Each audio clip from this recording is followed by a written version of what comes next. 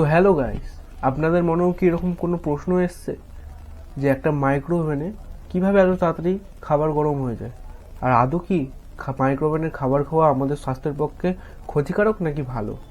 তো অবশ্যই পুরোটা জানতে ভিডিওটা দেখতে থাকুন। তো চলুন বন্ধুরা, খাবারটা কি করে তাড়াতাড়ি গরম হয় সেটা জেনে নিন। তো এটা একটা পুরো ম্যাগনেটিক ফিল্ডের উপর ডিপেন্ড করছে খাবারটা তাড়াতাড়ি গরম হওয়া। তো এটার জন্য আরও বিস্তারিত আমরা যদি ঢুকি, তো এর মধ্যে কতগুলো কম্পোনেন্ট লাগানো আছে, যেরকম transformer, capacitor, diode plus magneton. এটা হলো পুরো হাই ভোল্টেজ সেকশন। আমাদের ঘরের নর্মালি 220 ভোল্টটা ট্রান্সফরমারের মধ্যে আসে। ট্রান্সফরমার থেকে একদম হাই ভোল্টেজটা বেরিয়ে সোজা চলে যায় ক্যাপাসিটার হয়ে যায় ম্যাগনেটনে। আর ম্যাগনেটনের কাজ হলো ওই ভোল্টেজটাকে পুরো রেতে পরিণত করা, মানে হাই ভোল্টেজটাকে ডিস্ট্রিবিউট করা। আপনারা যেই কন্টেনারের, বোরোসিলের কন্টেনার বা কাচের পাত্রের মধ্যে যেই জল বা সামগ্রিক যেটা খাবেন, যেটা গরম করার জন্য দিচ্ছেন, তো ওইটা গরম করে ম্যাগনেটন থেকে একটা রে জাতীয় যেটা বেরায়, ওটা খালি চোখে দেখা যায় না।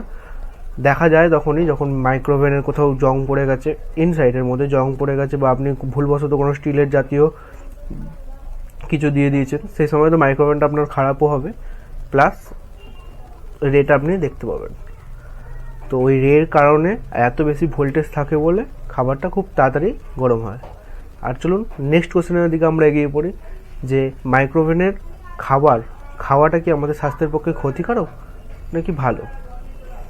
আপনাদের মনে একটা কোশ্চেন থাকতেই পারে যে রের সাহায্যে গরম হচ্ছে, তাড়াতাড়ি গরম হচ্ছে, এতে আমাদের শরীরে নানা রকম ক্ষতি হতে পারে। আসলে ওরকম কিছুই না। মাইক্রোওভেনের খাওয়া একদমই নিরাপদ, এতে কোনো সমস্যা নেই, আপনার শরীরেও কোনো ক্ষতি করবে না।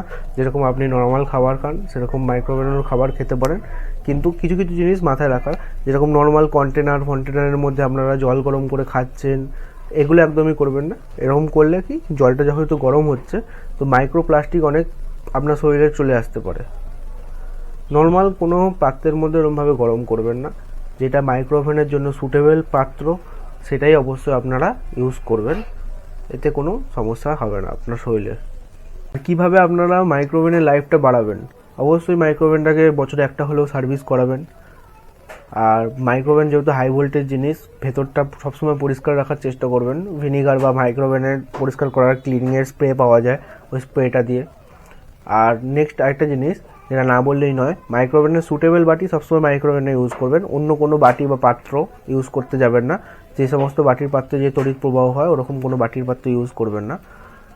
তো অবশ্যই এই জিনিসটা মাথায় রেখে মাইক্রোওভেন ইউজ করবেন, দেখবেন আপনার মাইক্রোওভেন অনেক লংজিভিটি আপনার মাইক্রোওভেনে বেড়ে গেছে এবং দীর্ঘদিন আপনি মাইক্রোওভেনটাকে ইউজ করতে পারবেন।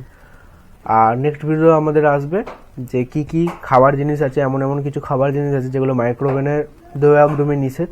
ওগুলো মাইক্রোওভেনে দেওয়ার জন্য নয়, মাইক্রোওভেনে দিলে মাইক্রোওভেন খারাপ হতে পারে বা জিনিসটা বাস্ট করতে পারে।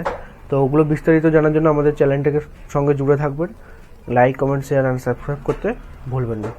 দেখা হচ্ছে নেক্সট ভিডিওতে।